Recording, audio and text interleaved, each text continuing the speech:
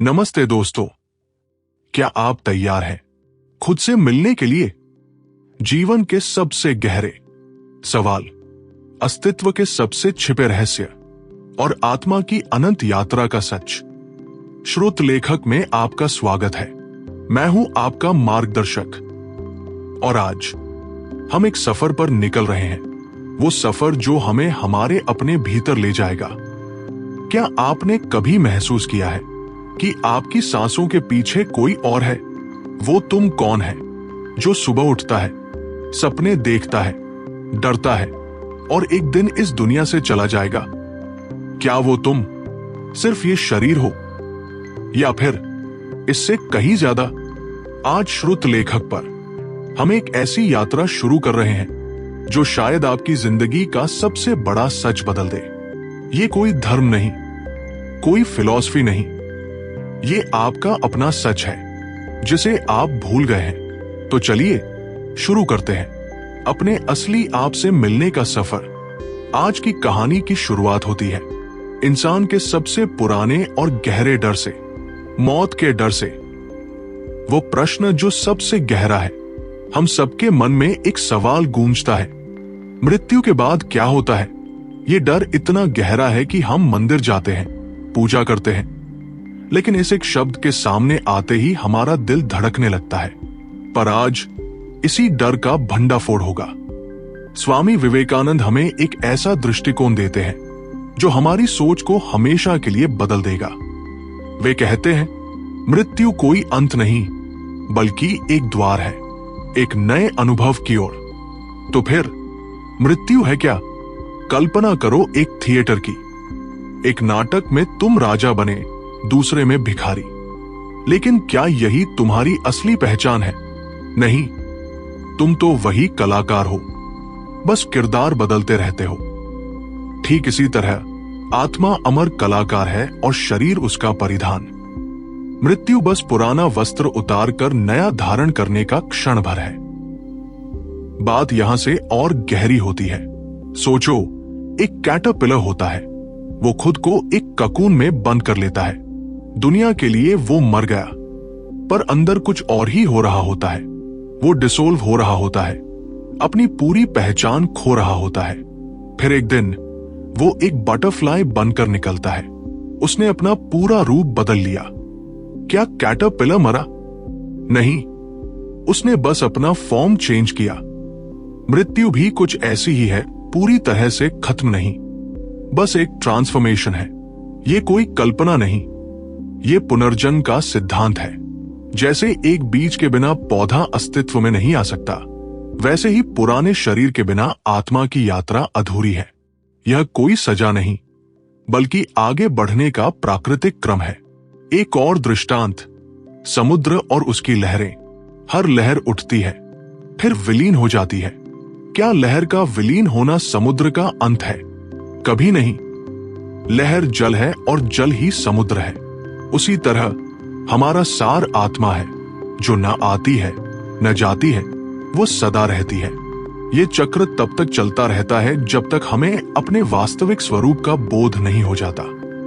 और जिस दिन ये अनुभव हो जाता है, मृत्यु का भय ऐसे दूर होता है जैसे अंधकार दीपक जलते ही मिट जाता है। विवेकानंद जी का स्पष्ट संदेश है, you were never born, you will never die. You are the infinite, the eternal, the ever pure. तुम न कभी जन्मे थे, न कभी मरोगे। तुम अनंत हो, शाश्वत हो, शुद्ध हो। पर अब एक नया सवाल उठता है, अगर आत्मा अमर है और ये चक्र चलता रहता है, तो क्या ये अनंत काल तक चलता रहेगा? क्या आत्मा कभी परम शांति को प्राप्त होती है? क्या इस चक्र से मुक्ति संभव है? हाँ, और यही है हमारी यात्रा का अगला पड़ाव, मुक्ति का रहस्य। स्वामी विवेकानंद एक तीखा सत्य कहते हैं, बंदे तू खुद ही अपना रक्षक है और खुद ही अपना बंधन भी। हम आजादी की बात तो करते हैं, पर किससे? समाज से? धन से? नहीं, हमें मुक्ति चाहिए अपनी ही मानसिक जंजीरों, कामना, भय, मोह और क्रोध से। एक चिड़िया की कल्पना करें जिसके पंखों में धागे बंधे हों। वो खुले आकाश को देख तो रही है पर उड़ नहीं पा रही। उसे बांधा किसने है? आकाश ने नहीं, उसकी अपनी ही जंजीरों ने। और दोस्तों, ये जो मुक्ति का सफर है, ये उस छुपाई हुई खोज की तरह है जो हम सब ने अपने अंदर दबा रखी है। जैसे कोई बच्चा लुका छिपी खेलता है, हम खुद से ही छिपकर खुद को ही ढूंढ रहे हैं। जब हम ढूंढते हैं तभी हमें पता चलता है कि जो हम ढूंढ रहे थे वो तो हम खुद ही थे। मुक्ति किसी पार नहीं, ये तो घर लौटने जैसा है। मुक्ति कोई बाहर से मिलने वाली वस्तु नहीं है। स्वामी जी कहते हैं, bondage is not real, freedom is our true nature. बंधन वास्तविक नहीं है, स्वतंत्रता ही हमारी वास्तविक प्रकृति है। मुक्ति का अर्थ है अपने उस स्वरूप का अनुभव करना जो सभी लेबलों, मैं अमुक हूं, मैं ये हूं, से परे है। ये ऐसे ही है जैसे धूल की मोटी परत से ढकी एक दीपक की ज्योति। मुक्ति कोई नई चीज नहीं जोड़ती, ये तो बस उस अज्ञान और अहंकार रूपी धूल को हटा देती है जो हमारे आंतरिक प्रकाश को ढके हुए है। ये मुक्ति मंदिरों या तीर्थ यात्राओं से नहीं, बल्कि आत्मज्ञान से मिलती है। जब मैं और मेरा का भ्रम टूट जाता है, तब आत्मा स्वतः मुक्त हो जाती है। हमारा एकमात्र शत्रु अविद्या है, जो हमें सपना दिखाती है और फिर हमें सपने को ही सच मानने पर मजबूर कर देती है। मुक्ति वह जागरण है जिसमें हमें पता चलता है कि हम सपना देखने वाले हैं, सपना नहीं। अब सवाल यह उठता है कि इस मुक्ति तक पहुंचा कैसे जाए? इसका एकमात्र रास्ता है ज्ञान। पर क्या ज्ञान सिर्फ किताबें पढ़ने का नाम है? नहीं, ज्ञान की अपनी एक यात्रा है और उसका एक अंतिम लक्ष्य है। स्वामी विवेकानंद ज्ञान को सूचनाओं का ढेर नहीं मानते, वे इसे एक सोपानबद्ध प्रक्रिया बताते हैं। पहले श्रवण, सुनना, फिर मनन, विचार करना और फिर निदिध्यासन, गहराई से आत्मसात करना। लेकिन इन सबका चरम लक्ष्य है अनुभव। क्या कोई किताबें पढ़कर तैरना सीख सकता है? नहीं, उसे पानी में उतरना ही होगा। ठीक वैसे ही आध्यात्मिक ज्ञान तब तक अधूरा है जब तक वह प्रत्यक्ष अनुभव में नहीं बदल जाता। सच्चा ज्ञान वो नहीं जो दिमाग में भरा जाता है, सच्चा ज्ञान वो है जो दिल से निकलता है। जैसे एक मूंग किनारा देगा, उसकी खुशबू हवा में खुद ही फैल जाती है बिना कुछ कहे। वैसे ही जो इंसान सच्ची समझ रखता है, उसकी हवा अलग होती है, उसकी आवाज में एक ताकत होती है, उसकी चुप्पी में भी एक संगीत होता है। स्वामी जी कहते हैं, ज्ञान का अंतिम लक्ष्य है स्वप्रकाश, अर्थात स्वयं को जान लेना। ये ज्ञान हमें कुछ नया बनना नहीं सिखाता, ये तो बस हमें वह दिखाता है जो हम पहले से हैं। इसे एक प्रसिद्ध कथा से समझिए। एक शेर का बच्चा भेड़ों के झुंड में पलता है और स्वयं को भेड़ ही समझने लगता है। वह डरता है, कांपता है। एक दिन एक वयस्क शेर आता है और उसे पानी में अपना प्रतिबिंब दिखाता है। उस क्षण उसका सारा भ्रम टूट जाता है।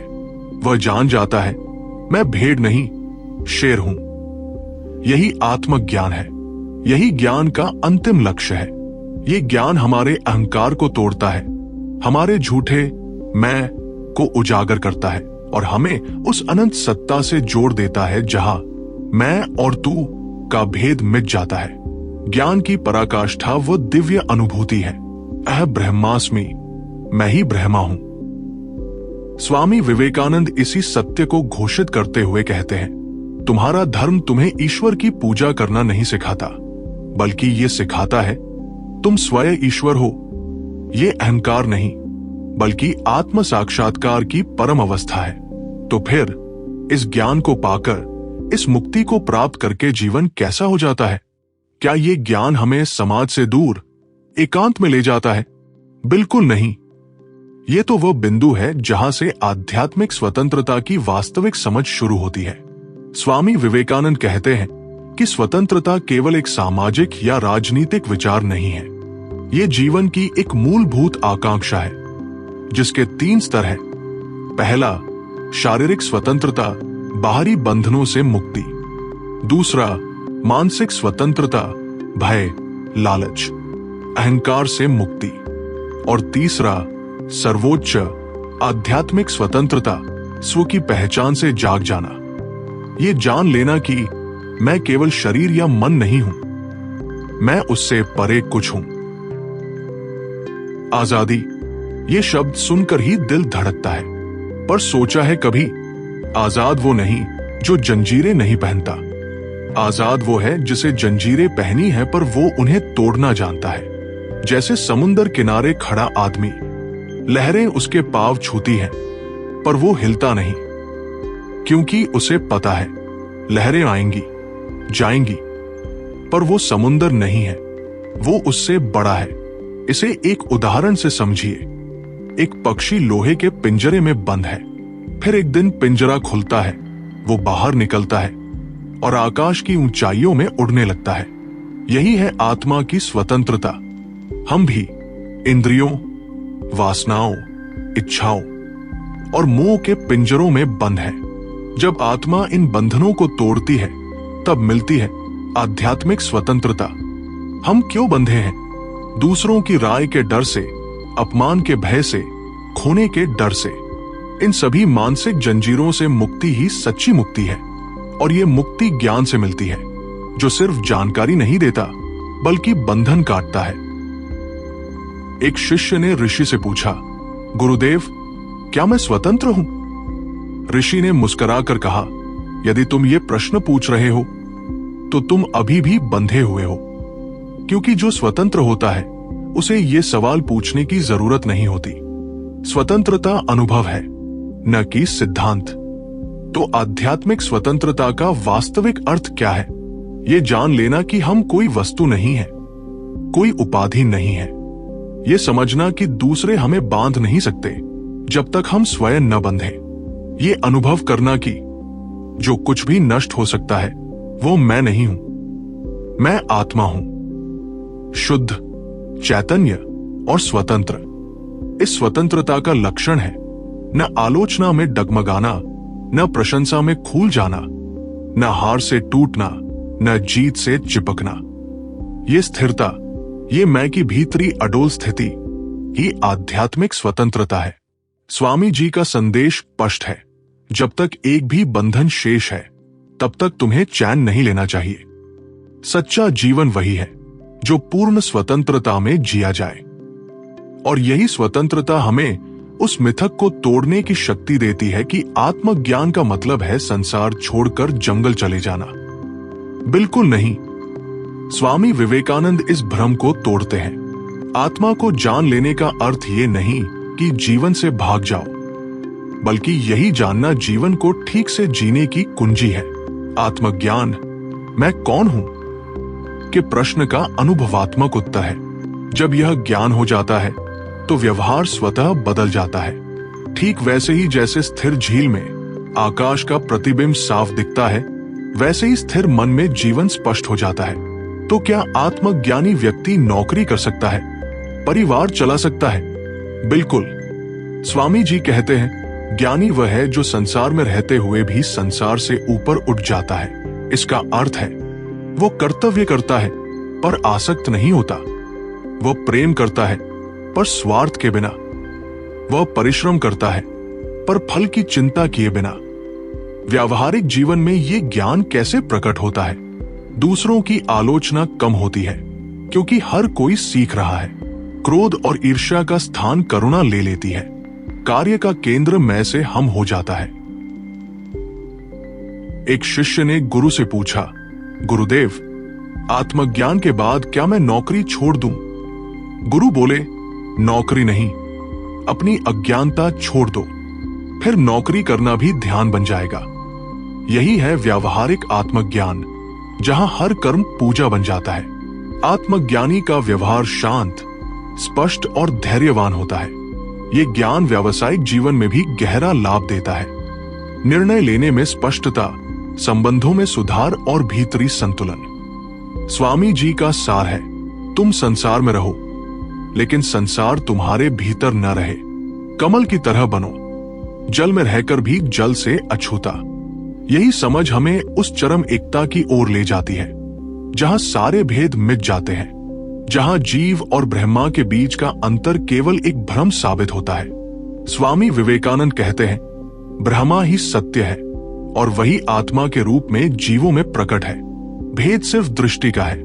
जब मैं कहता हूं मैं शरीर हूं तो मैं जीव हूं। जब मैं कहता हूं मैं आत्मा हूं तो मैं ब्रह्मा हूं।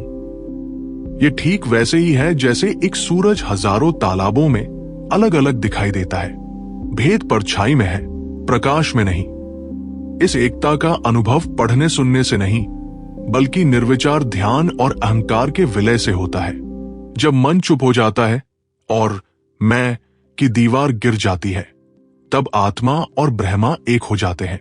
एक बूंद समुंदर में मिलकर समुंदर ही बन जाती है। ठीक वैसे ही जब जीव अपनी पहचान ब्रह्मा में टिका देता है तो वह ब्रह्म स्वरूप हो जाता है। और यही वो अवस्था है जो हमें निर्विकल्प समाधि की ओर ले जाती है। अनुभव की वह चरम पराकाष्ठा जहां बुद्धि मौन हो जाती है, मन विलीन हो जाता है और सिर्फ अनुभव ही बचता है। जहां कोई विचार नहीं, कोई कल्पना नहीं, कोई मैं नहीं।